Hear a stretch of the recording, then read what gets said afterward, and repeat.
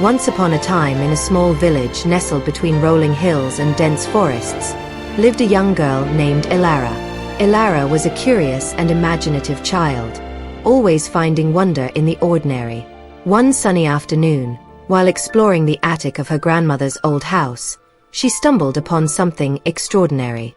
Hidden beneath a dusty old blanket was a tiny piano, no larger than a bread box. Its wooden frame was intricately carved with delicate patterns, and its ivory keys gleamed despite the layer of dust. Elara's eyes widened with delight as she ran her fingers over the keys. To her astonishment, the piano began to play a beautiful, haunting melody all by itself. The music was unlike anything Elara had ever heard. It was enchanting and otherworldly, filling the attic with a magical glow. As the melody reached its crescendo, the room around her began to change. The old wooden beams and cobwebs faded away, replaced by a vibrant, enchanted forest bathed in the soft light of an eternal twilight. Elara found herself standing in a clearing surrounded by towering trees with leaves that shimmered like silver. Flowers of every imaginable color carpeted the forest floor, and the air was filled with the sweet scent of blooming blossoms. She could hear the gentle rustling of leaves and the distant song of birds. Curious and unafraid, Elara ventured further into the forest, following a path that seemed to appear just for her. As she walked, she encountered magical creatures she had only read about in fairy tales. A friendly fox with fur like spun gold trotted beside her, and a chorus of tiny, glowing fairies fluttered around her head, their laughter like tinkling bells. The path led her to a magnificent castle made of crystal, its towers sparkling in the twilight. At the entrance stood a figure clad in flowing robes, their face kind and wise.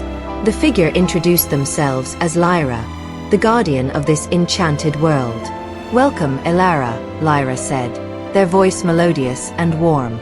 "You have been chosen by the magical piano to visit our realm.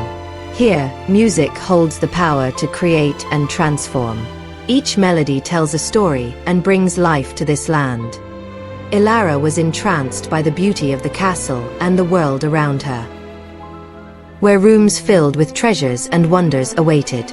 There were books that narrated their own tales, paintings that moved and changed with each glance, and gardens that bloomed anew with every passing moment. Lyra guided Elara to a grand hall where the tiny piano from her grandmother's attic sat on a pedestal. "This piano is special," Lyra explained. "It connects our world with yours. As long as you believe in the magic of music, you can return here whenever you play its keys." With a heart full of wonder, Elara sat at the piano and began to play. The notes flowed effortlessly from her fingers, and as she played, scenes from the enchanted world came to life around her. She played songs of joy and adventure, sorrow and triumph, each melody painting a vivid tapestry of emotion and experience. Time passed differently in the enchanted world, but eventually, Elara knew it was time to return home. Lyra assured her that she could visit any time and reminded her to keep the magic of music alive in her heart. When Elara finally stopped playing, she found herself back in her grandmother's attic, the tiny piano silent once more. The memory of her adventure remained vivid in her mind, and she knew it was not a dream. From that day forward, Elara visited the enchanted world often, her music opening the door to new adventures and discoveries. She shared the tales of her journeys with friends and family, inspiring them to find magic in the world around them. And though she grew older, the little piano remained a cherished connection to the enchanted realm, a reminder that with a bit of music and a lot of imagination, anything was possible.